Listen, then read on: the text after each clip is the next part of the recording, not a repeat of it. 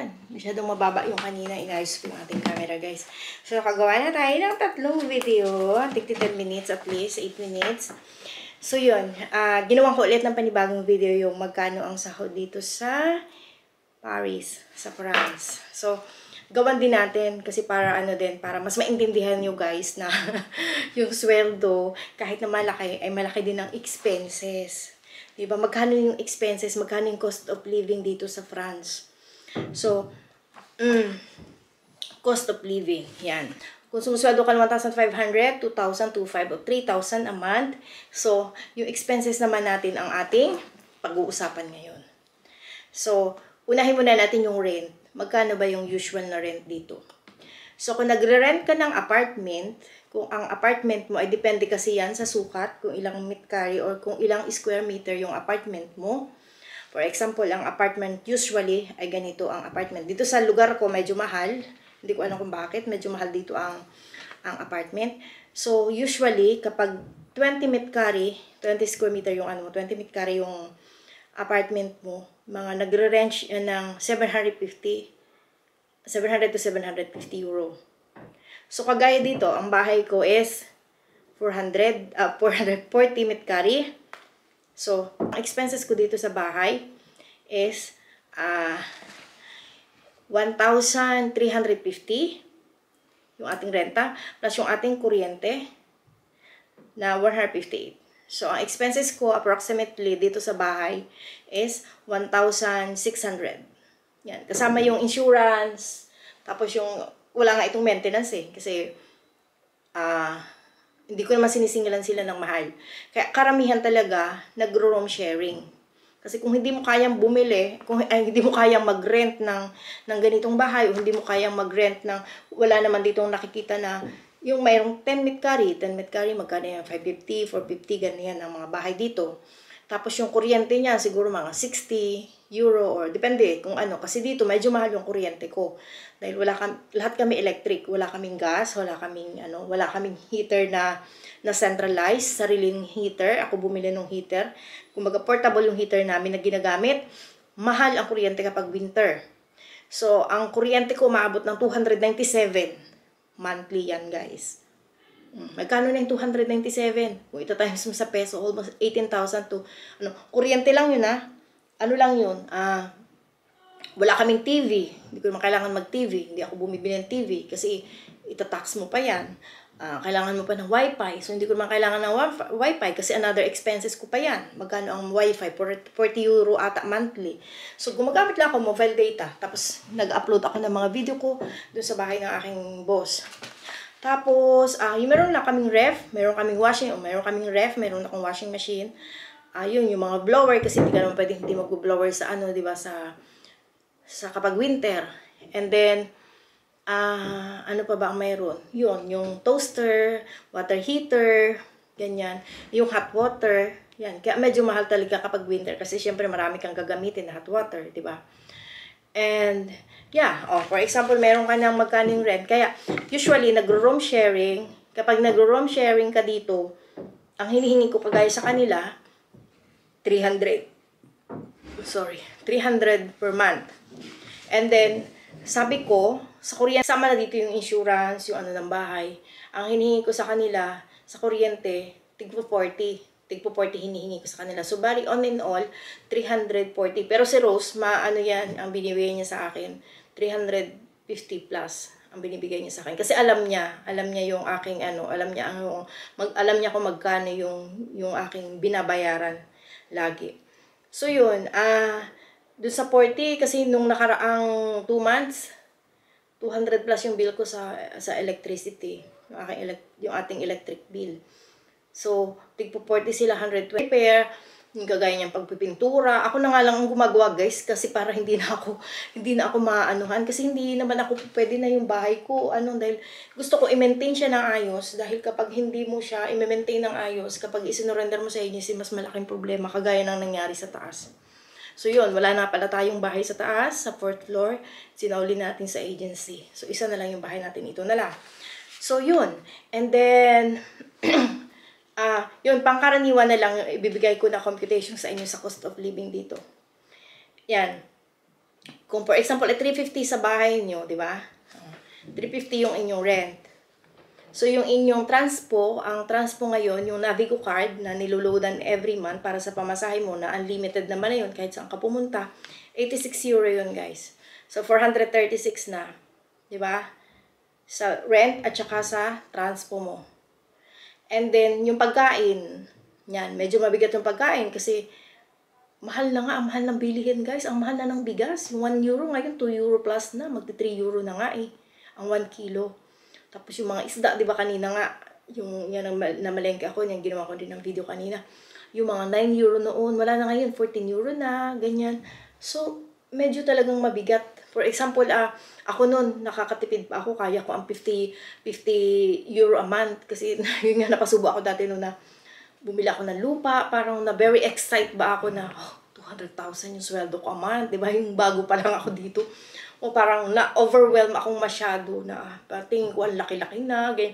Napasubo ako bumili agad ng lupa. Ayun, which is good naman talaga na nakapag-invest din ako kaagad noon. Yung mga first year ko dito. So, yun. And, yan. 350 plus 86. Kaya nga yung iba mas okay pa yung nakikishare sila kaysa sa yung may sariling bahay. Kasi yung mag-maintain ng bahay ay hindi madali. Magastos, guys. Yan. Plus yung pagkain. Siguro kung hindi ka magastos, ipagpalagay na mga 300, 200, tipid na yan, guys, ha? Kawawa talaga na. Yung 200, 300 mo na expenses sa pagkain, hindi na yan, anong tawag doon? Hindi na yan maluho. Tipid ka na yan. Noon talaga, 50, 70, kaya ko na yun. Ngayon, mga 300 euros sa pagkain, mga personal use mo, yung mga shampoo, yung mga toiletries mo, yan. Siguro mga 300 euro. Pero tipid ka pa nun. Sinasabi ko sa inyo, guys, tipid ka pa nun. Yung 300 mo. Hindi ko alam sa iba kung paano sila mag-budget. Ako kasi as long as I budget, magaling ako dyan. Makasahan ako sa pagbabudget. Magtitipid talaga ako. Hindi ko kailangang bumili ng mga branded, hindi ko kailangang bumili ng mga ganyan na very mahal. At yun, alam ko yung aking mga expenses na ang dami ko ding bayarin, di ba? So, meron ka na agad 736, di ba? Paano kung gusto mo naman lang kumain sa labas, you want to treat yourself, or yung minsan sumasakit yung likod mo, kailangan mo naman magpahilot, yung mga ganun, di ba? Parang, yung 300 talaga sa pagkain mo lang yun eh. Di ba? Kasi yung lunch mo sa amo mo, hindi ka naman din, lalo part-timer ka, hindi ka naman makakapag-lunch sa bahay ng amo kasi takbo-takbo ka eh. Sakay ka ng train, sakay ka ng bus, yung habang sa bus ka, kumakain ka kahit tinapay, bibili ka din, di ba? Ay, kailangan mo kumain ng marami or otherwise talaga naman hindi mo kakayanin na magtrabaho kapag gutom ka, di ba? So, yun. And then, ano pa ba? Yun lang. Ano pa ba ang ano? Kung mayroon pa man sa mga susunod na ano na lang ata ulit video, di ba? And yung 736, sa ano mo, ay kung sumusweldo ka ng, anong tawag doon? Sumusweldo ka ng, syempre minsan gusto mong bumili ng damit, gusto mong bumili ng para sa sarili mo. Hindi, low yun, guys. Yung, kumbaga, doon sa mga pamilya natin nandiyan sa Pilipinas, no? Hindi porket nakita nyo yung mga kamag-anak nyo, mga friend nyo na nagtatrabaho overseas, hindi porket nakita nyo na nakaporma, ano yun, guys, hindi ibig sabihin na nagluluho sila. Parang, because I experienced also na, you just give reward to yourself. Kasi ang hirap magtrabaho, ang hirap maging OFW na, yung alam yung gusto pong matulog, hindi na pwede. Hindi ka sa Pilipinas na tutulog ka kung hanggat gusto mo lang, 'di ba? Kasi hindi ka obliga na gumising ng maaga dito, lalo dito pag winter, super lamig. Sacrifices talaga maging OFW, guys. Kaya kung mayroong mang makikita ka na or may gusto kang bilhin, for me bilhin mo para sa sarili mo. Kumbaga, wag mong pagdamutan yung sarili mo. Wag mong tipirin. Diba? Hindi naman yung pagluluho yun eh.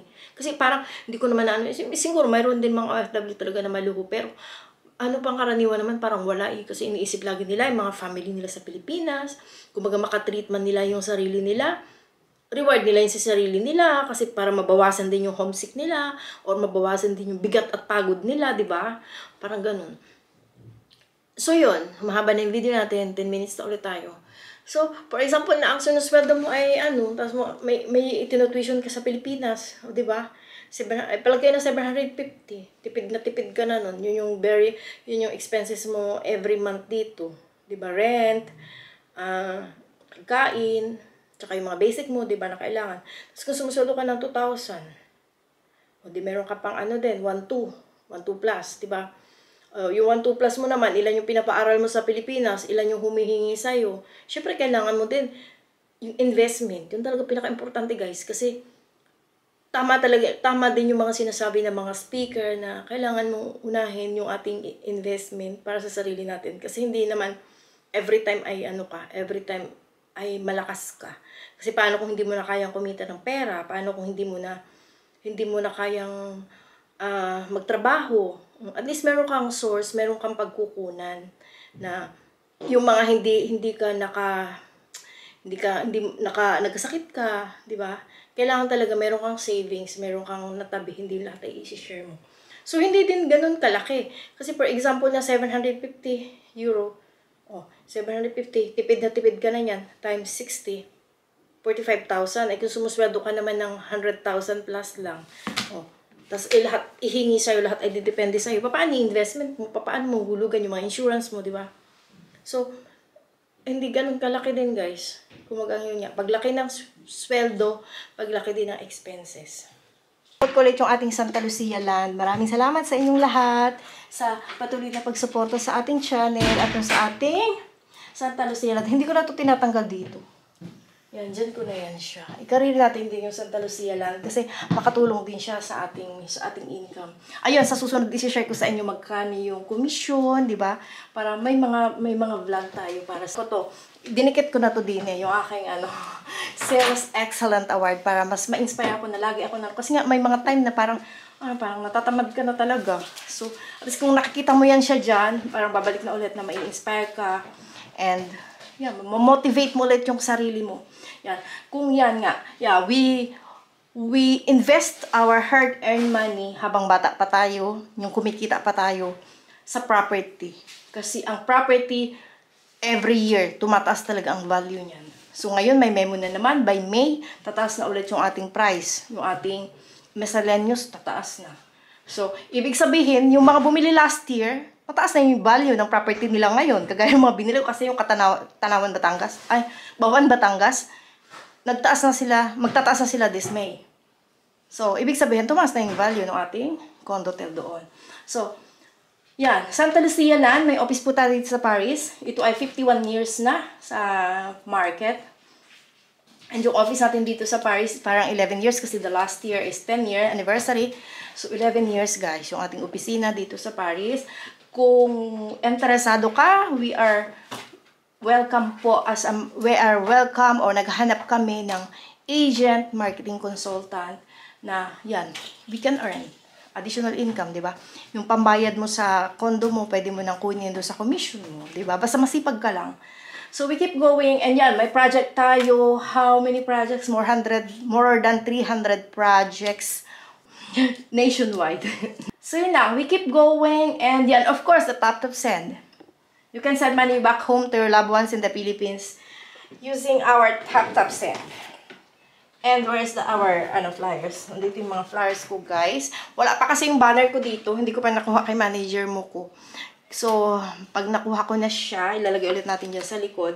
So, ayan, yung top send remittance app, guys. Kung ikaw ay nandito sa Europe, nasa US, nasa Canada, nasa UAE, ay pwede mong gamitin ang ating promo code. Hindi ko alam kasi may mga ambassador din sa iba't ibang bansa na i-search nyo lang Top Send Philippines kasi may mga posting doon kung nasa ang bansa ka kasi parang alam ko US kasi si Madam Kilay is ambassador na din.